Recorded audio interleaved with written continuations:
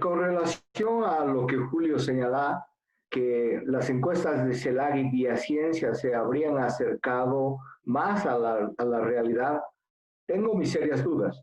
Y como señalaba al comienzo, todas las empresas encuestadoras o instituciones tienen también sus propios intereses.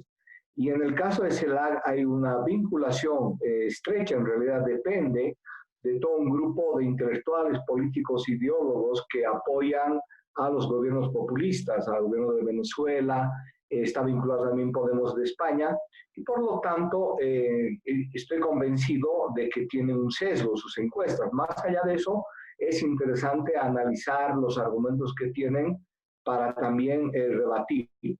Y yo más bien diría que con relación al año pasado, yo tengo la encuesta y acá también está, la encuesta de jubileo de Tu Voto Cuenta, que es una encuesta que el 2 de septiembre, o creo que es más adelante, he revisado esa encuesta, está sacada el 15 de septiembre, es decir, 3 semanas antes de la elección. Jubileo le daba un 31% a Evo y, y le daba a ver, aquí tengo el dato, Jubileo le daba 31% a Evo y a Mesa 25% redondeado. Es decir, había una diferencia de 6 puntos. Y yo creo que esa es la tendencia y la encuesta que se acercaba mucho más a la realidad, esa diferencia de 6 puntos.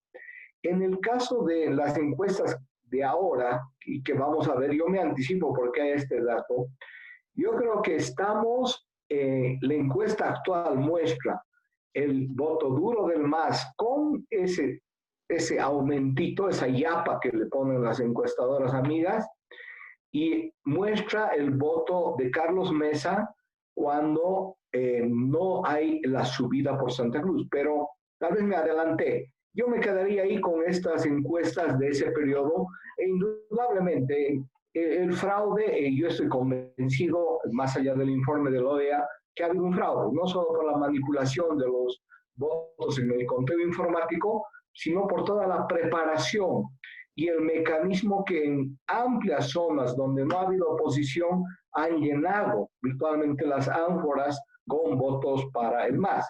Pero creo que ese es un tema que también podemos discutirlo más adelante.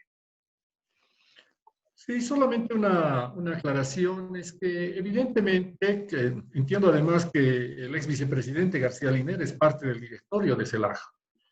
Entonces, evidentemente, cada una de las encuestadoras tiene su sesgo político, pero aún así el sesgo político tiene sus limitaciones porque, digamos, la manipulación de los datos es bastante difícil cuando uno tiene por normativa del Tribunal Supremo Electoral que presentar sus fichas técnicas, la manera como ha hecho metodológicamente la encuesta. Entonces, hay sus límites, ¿no? Eh, y solamente aclarar que los resultados de toda esta comparación no, o sea, son votos que no toman en cuenta el voto blanco y nulo, o, perdón, al revés, que toman en cuenta el blanco y nulo, y los resultados electorales del 2019 no toman en cuenta los votos blancos y nulos. Entonces, siempre se tiende a subir, hay que tender a subir, y si tomamos en cuenta esa subida, podríamos entender, por ejemplo, que las encuestas de CIES Mori y de Mercados y Muestras rondaban por el 42% de votos válidos, que frente al 46, 47% de lo finalmente obtenido en el 2019 no está muy alejado, dado el error muestral de estas encuestas. Por ejemplo, Mercados y Muestras tiene una muestra de 800, lo que implica un error muestral del más menos 5 o 6%. Entonces, de alguna manera, incluso las encuestas de Mercados y Muestras y de CIES Mori tenían cierto acercamiento al resultado final de las encuestas, ¿no? Bien, Sin para embargo, no... perdón, un apunte, ¿no? Siempre va a haber Sí, susceptibilidades, ¿no? De uno u otro lado sobre los resultados que se puedan arrojar, ya sí, sean desde una postura de los azules, de los verdes, de los blancos, de los rojos. Sin embargo, analizar y comparar información creo que es lo que tiene que interesarnos, ¿no? Ok, sí, y precisamente en ese sentido aquí les muestro unos datos que ha sacado la FES antes de la pandemia.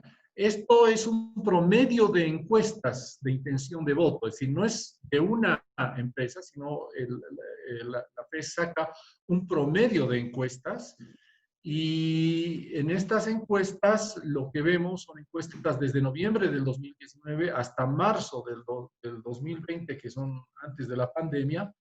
Y vean ustedes que en este promedio de encuestas tenemos esta tendencia al incremento de la intención de voto a favor de Luis Arce, una tendencia a la estabilización de la intención de voto de Carlos Mesa, y ya se podía ver, aunque muy levemente, una cierta tendencia también, aunque mínima, de estancamiento del voto de Áñez y finalmente de descenso del voto de Camacho, ¿no?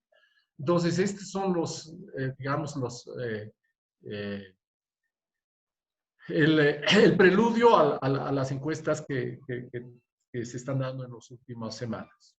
Finalmente. Sí, perdón, Julio, en esta encuesta, Sí. efectivamente, fui e hice un seguimiento por el trabajo que he desempeñado en los últimos 10 meses, en realidad, que me acercó al mundo de las encuestas. En el caso de FES, y no voy a ampliar más, pero voy a ser muy preciso, así como muchas instituciones de cooperación internacional se han alineado al MAS. Y esa también es la tendencia y ese es el sesgo. Y yo me quedo ahí para no abrir de nuevo la misma discusión y tal vez vamos a los datos de CELAC, que es lo que nos interesa también ver ahora. Sí. Ok, sí, estoy de acuerdo contigo, Gregorio, pero bueno, ese es digamos, el observatorio de encuestas que tiene FES, ¿no? Que son promedios de varias encuestas. Entonces, vayamos. En este cuadro tenemos la encuesta de CELAC de marzo, que ha sido una encuesta a 2.000 entrevistados cara a cara antes de la pandemia, y las barras azules son de junio, que es una encuesta telefónica también a 2.000 personas con una muestra bastante similar a la de marzo, ¿no?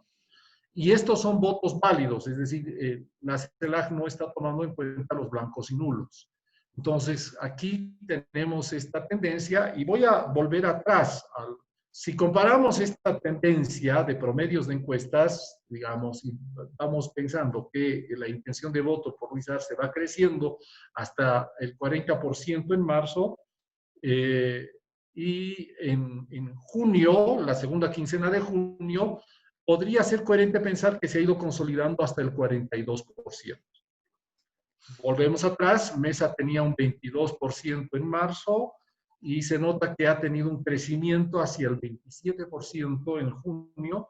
En cambio, el estancamiento previsto de Áñez parece que se ha traducido en un decremento de su intención de voto, digamos, ¿no? Haciendo estas comparaciones. Entonces, si comparamos esta diapositiva con la anterior, de alguna manera hay una cierta coherencia entre los resultados de encuestas cara a cara y esta última encuesta de CELAC, que sería vía telefónica. Julio, creo que efectivamente nos ayuda para en el fondo, elucubrar alrededor de esta encuesta. No sé exactamente, no te tomé nota cuánto es el margen de error. Si uno es más o menos 2.5%. O sea, los resultados, sí. De acuerdo, pongamos que sea 3. Entonces, una forma de ver estas encuestas que desde mi perspectiva es extremadamente sesgada es coincidiendo en que las tendencias es que Arce ha subido algo porque, vamos a ver eso más adelante, lo ha fortalecido los errores del gobierno de Áñez y el portavoz y estratega ministro Murillo. O sea, lo escuchaban mal, paradójicamente decía, este sonso de Murillo le ha ayudado pues al Evo, porque para él todo hace Evo, es un dios, hace todo el Evo, entonces le ha fortalecido. Pero efectivamente, Carlos Mesa está segundo ahora, Yanine Áñez tercera, bajando. si pensamos en un 3% y bajamos el voto de Arce Catacora, llegamos desde ese 3% al 39%. Si le subimos, que me dirás puede ser arbitrario, a mesa 3 está en 30. O sea, aquí hay una diferencia de 9 puntos, ¿no? De 9 puntos. Pero, y aquí viene el pero que para mí es fundamental, estamos, desde mi punto de vista, en el momento en que, o sea, parecido al del año pasado, antes de los incendios. Es decir, Mesa se mantenía estático, por decir, aunque sube unos puntitos, hasta antes del voto útil. El voto útil es resultado de los incendios, que es producto de la política de Evo Morales, más articulado a sectores de la élite cruceña, que es un costo muy alto para Ortiz, que cae Ortiz y ese voto útil va hacia Carlos Mesa. Y creo que estamos en ese mismo momento, es un punto de inflexión. Obviamente esto es prospectiva y también puedes decir, pero tú te estás inclinando hacia un candidato. La experiencia del año pasado ha mostrado eso y parece, yo tenía mis dudas, pero parece que se va a inclinar hacia ello, porque Áñez está cayendo y también Camacho, que eso comentaremos un poquito más al final cuando veamos ya el tema de las estrategias de cada uno. Pero esas son mis observaciones, ciertamente bastante diferentes a las conclusiones que tú sacas, pero bueno, creo que esa es la riqueza de un diálogo y puntos de vista diferentes. Bueno, yo estoy de acuerdo contigo, Gregorio, en el sentido de que me parece que algo del voto de Áñez, sino todo el voto de decepción de Áñez, digamos del 20 al 13%, está yendo a fortalecer el voto de Carlos Mesa. Porque ambos comparten, como vamos a ver en la siguiente diapositiva, un mismo segmento electoral que son las clases medias. Entonces, daría a entender que las clases medias que se están decepcionando por la gestión de la pandemia del actual gobierno y de la presidenta, y por lo tanto están decidiendo dejar de votar por la presidenta, se están inclinando a votar por Carlos Mesa y eso explicaría esta tendencia simultánea de decremento de voto de Áñez e incremento de voto de Carlos Mesa. Ahora, ¿hasta qué punto esta tendencia se fortalezca en las siguientes semanas para replicar lo que sucedió en las anteriores elecciones después del incendio de la Chiquitanía? Habrá que ver la fortaleza de Áñez. Si Áñez se estabiliza y Camacho se estabiliza en el oriente, probablemente no veamos el escenario que hemos visto en las anteriores elecciones. Pero si Áñez se debilita, lo mismo que Camacho, y en el oriente empiezan a tomar una postura de voto útil, diciendo que el único que le puede hacer frente al MAS es Mesa, probablemente sí nos encontremos frente a un mayor incremento de voto de Carlos Mesa. De acuerdo. Y para finalizar lo que estábamos hablando, ¿no? En algunas encuestas que hacen su análisis según estrato social, nosotros también hemos hecho algunas encuestas electorales del 2019 y hemos hecho un análisis estadístico de cuáles son los factores que influyen más en la intención de voto. Y se ha podido observar que el principal factor que influye en la intención de voto es el estrato social, la clase social. Es de lejos el factor más importante. En segundo lugar está el regional, que es Oriente-Occidente, pero bastante más lejos, y mucho más lejos es el de edad. Sexo casi no influye, entonces tenemos edad.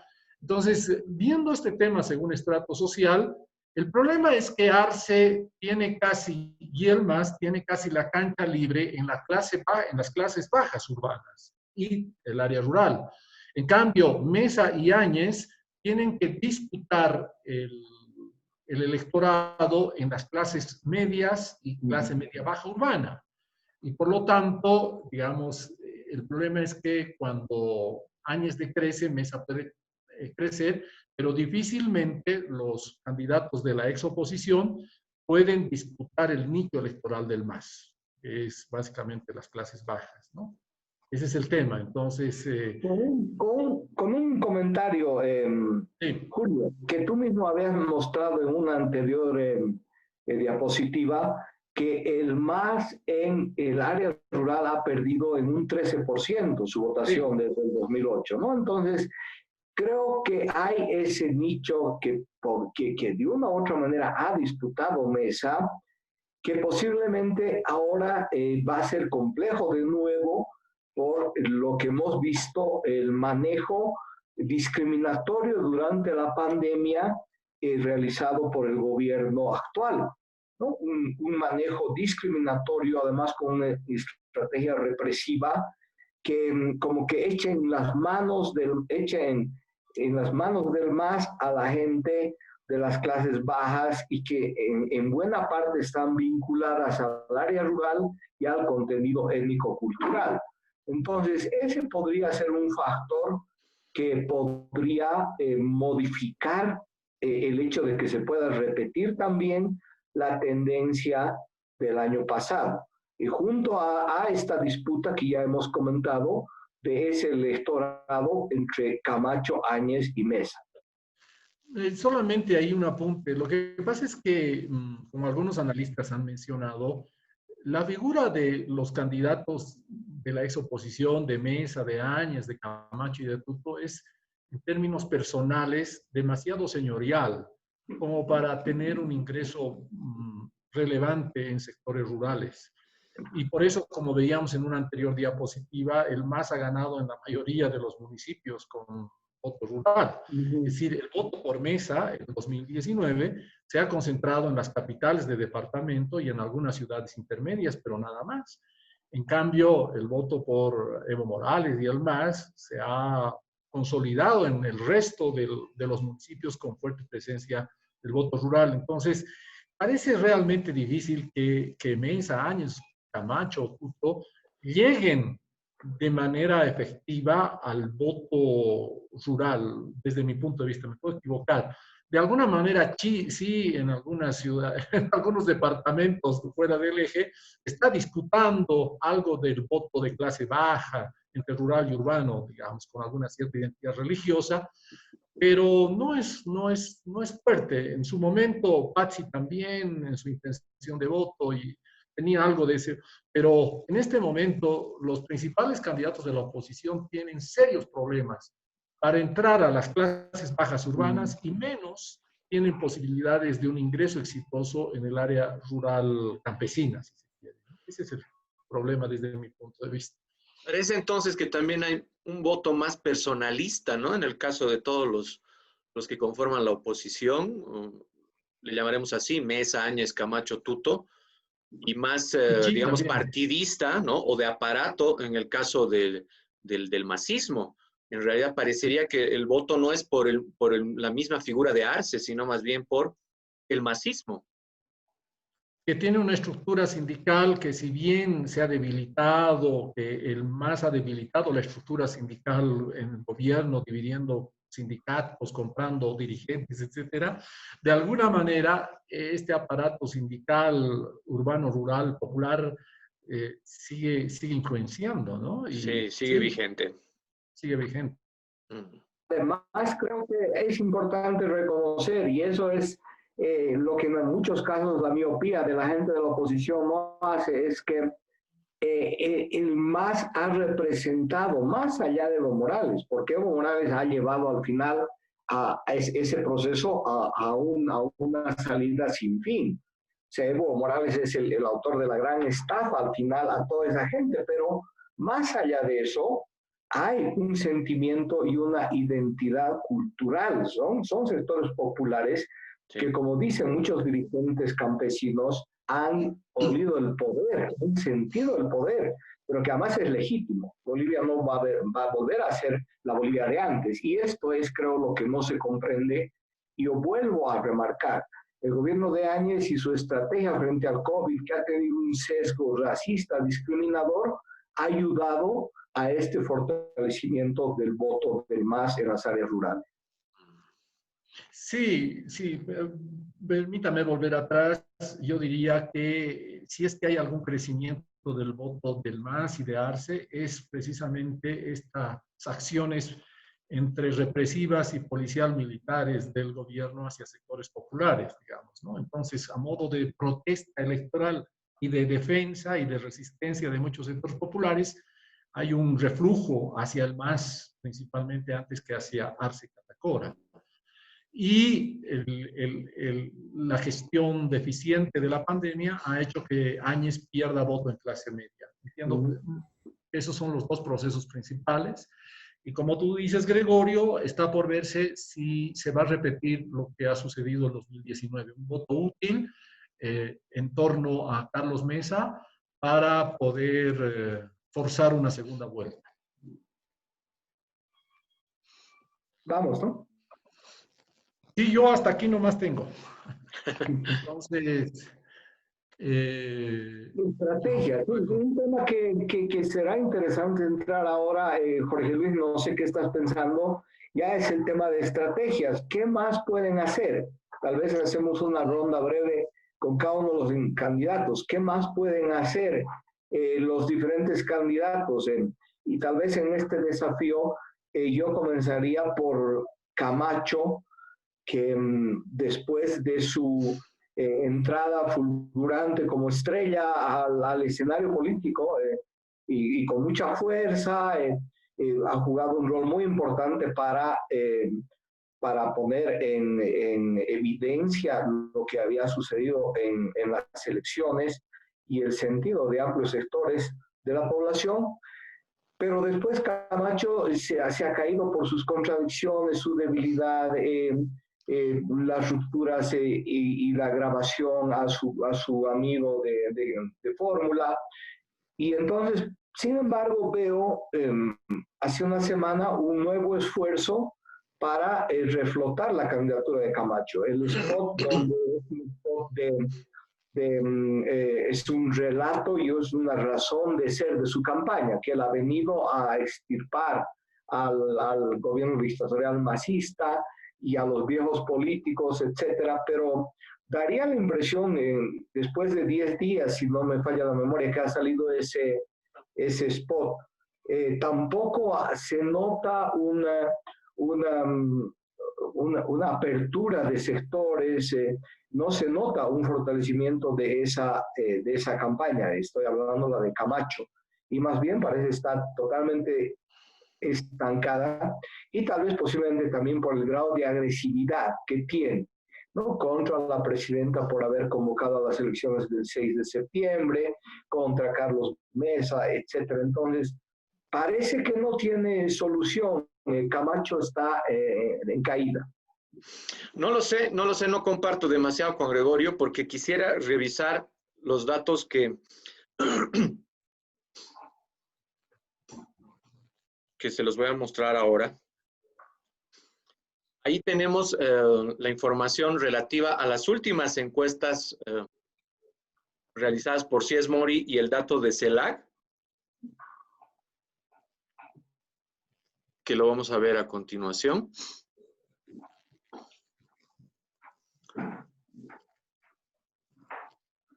Entonces, aquí estamos verificando. Miren ustedes aquí los datos de Mori. Claro, quiero ver los datos fríos, ¿no?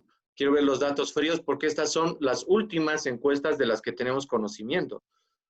Esta es la encuesta 1, la encuesta 2, que ha sido desarrollada la última en marzo de este año. Y aquí tenemos el dato de CELAC, 41.9 en el caso de Arce. Y ahí obviamente se ve un notable incremento, ¿no? En el caso de Mesa, también vemos una subida notoria, ¿no? Lo que sí coincidimos es en el caso de Áñez, ¿no? Hay un descenso. Pero en el caso de Camacho, lo que tú decías, Gregorio, si bien se evidenciaba en estas anteriores encuestas un decrecimiento, más bien parece que hay un repunte breve, ¿no? Parece que hay un repunte breve. Y luego, si vemos el otro cuadro, ¿qué pasa con las otras dos candidaturas, digamos, que interesarían en términos de número? Está lo de Chi, que muestra un cierto incremento y un Interesante incremento también el caso de Tuto, pero que sin embargo resultan siendo marginales, ¿no?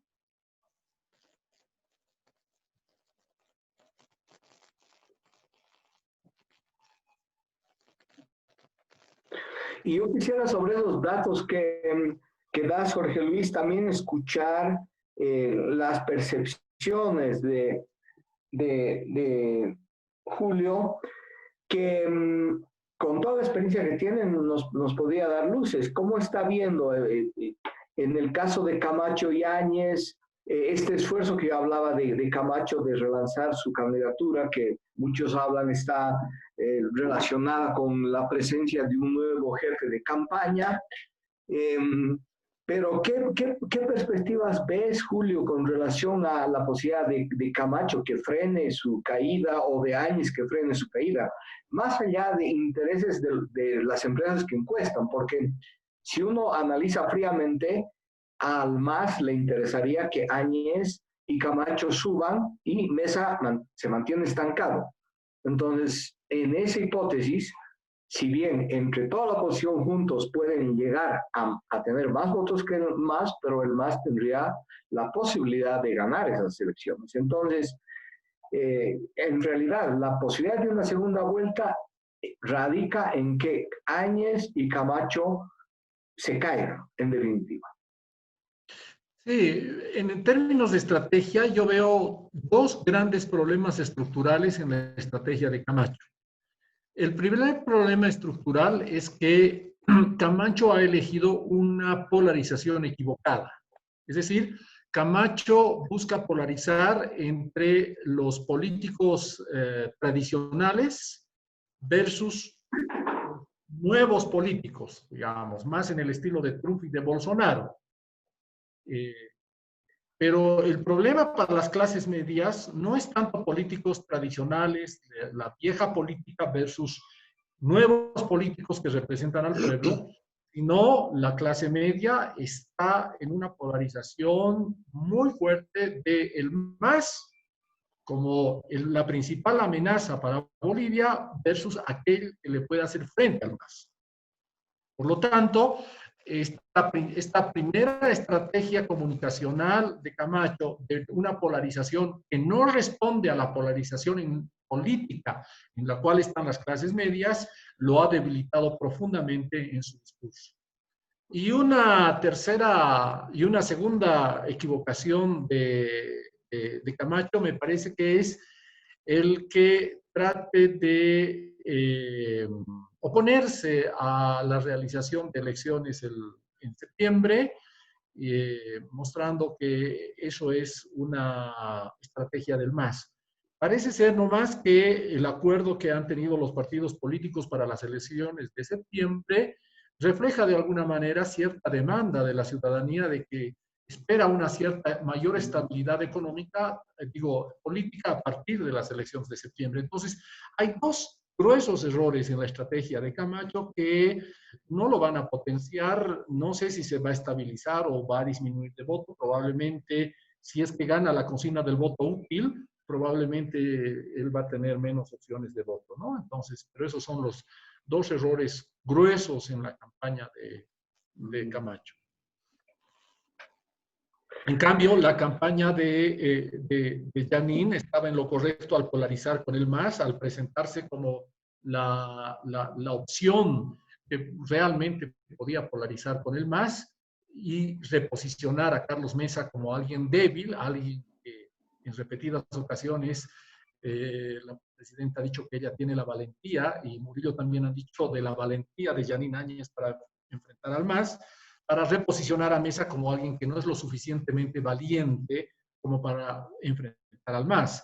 Pero este discurso se ha caído para el gobierno por la gestión terrible de la pandemia, que importa mucho ahora a las clases medias, ¿no? Entonces, sí, parece que Áñez no va a poder frenar su caída. Y en el caso finalmente de Carlos Mesa, que creo ha mantenido, en políticas públicas se dice, una opción siempre para tomar una política es no hacer nada. O sea, no haces nada. Y de por sí, ¿no? Por diversas circunstancias puedes llegar a cumplir tus objetivos.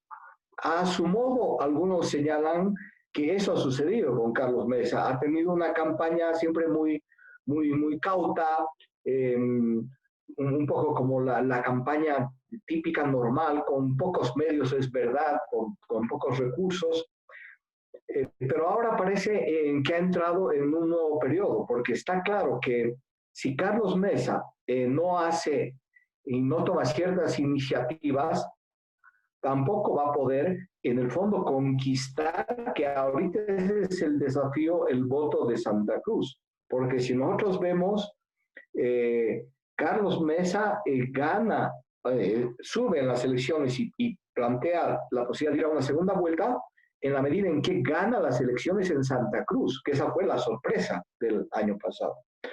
Entonces, parece que ahora ha retomado un poco la iniciativa con un discurso mucho más claro con relación al MAS y que lo va posicionando como esa posibilidad del voto útil para ganarlo al candidatarse. ¿Cómo tú ves esta posición de Mesa y su estrategia?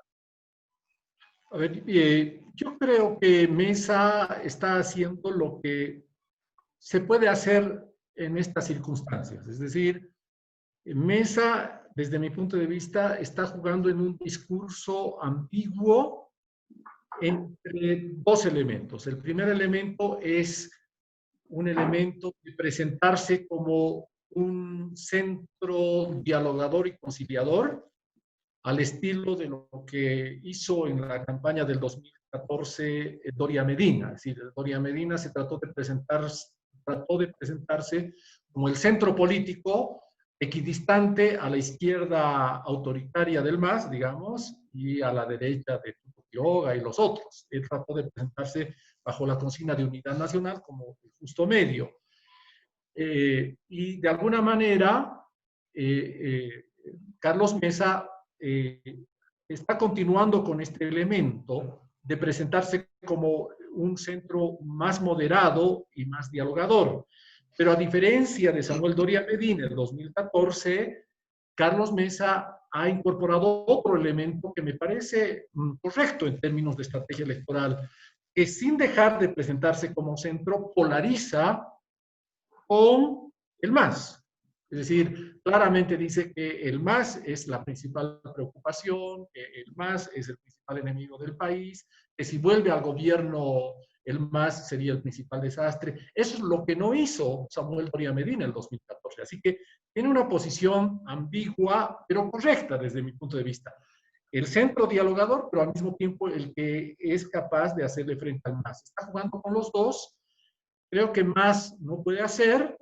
Creo que necesitaría a estos dos elementos añadir un tercer elemento del voto útil, al estilo del 2019, para tratar de atraer el voto de Santa Cruz. Estoy en lo correcto, no solamente Santa Cruz, sino de todo de las tierras bajas, y tratar de convencer a los votantes cruceños y de Beni y de Pando, pero sobre todo de Santa Cruz, que él es la única opción para impedir electoralmente que vuelva el MAS.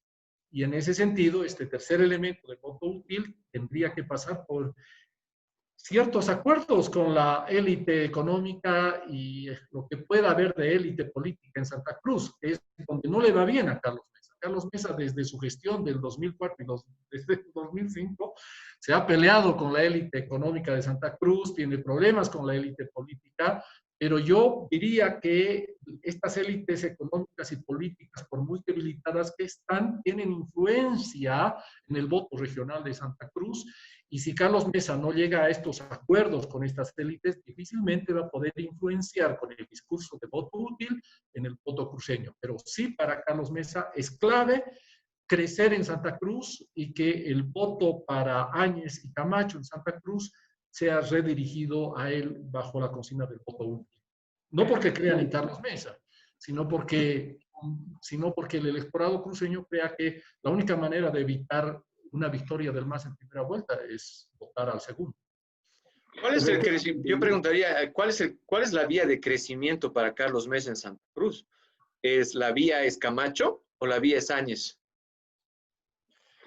yo quisiera comentar sobre eso. Primero que efectivamente, yo creo que Carlos Mesa en las 2 últimas semanas ha incorporado con más fuerza este elemento de polarización con el MAS. El MAS es el gran fraude para el país, el MAS ha hecho mucho daño, ha incorporado la idea del poder dual. El país ahorita está gobernado por Áñez y todavía por el MAS, en la medida en que tiene una mayoría en la asamblea legislativa y además controla el poder judicial. Entonces, creo que estos elementos han como que reinyectado energía a la campaña de Mesa, y donde no hay claridad todavía es en esta campaña para ganar el voto de Santa Cruz. Y ahí voy a tu pregunta, a comentar tu pregunta, Jorge Luis. Yo creo y coincido en que es fundamental que tiene que haber un posicionamiento más claro frente al problema de Santa Cruz, y ahí hace 2 días lo he visto al candidato a la vicepresidencia Pedraza en un rol mucho más activo, con una presencia mucho más sólida en una conferencia de prensa virtual que han dado los 2 candidatos, planteando los temas y también las necesidades de Santa Cruz.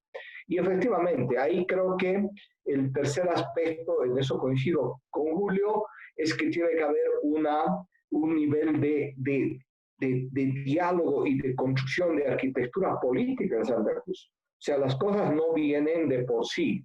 Tiene que haber alguien, sus operadores políticos y estrategias con mucho más versatilidad que puedan generar empatía. Y ahí sí creo que efectivamente las élites de Santa Cruz estarán muy preocupadas frente a lo que ahora pasa. Han apostado en principio por Camacho, después han virado hacia Áñez y ahora estarán desconcertadas. Y creo que es un momento donde sí se puede conversar con estos sectores, y eso al final le va a permitir también aumentar la influencia en Santa Cruz y volver en la tendencia del año pasado, que le permita el voto útil y finalmente que haya una segunda vuelta en el país. Yo lamentablemente les tengo malas noticias. Tenemos 1 minuto para despedirnos, así que no hay mucho margen. Terminaríamos con la reflexión de Julio, tal vez con unas breves apuntes de Gregorio. Yo diría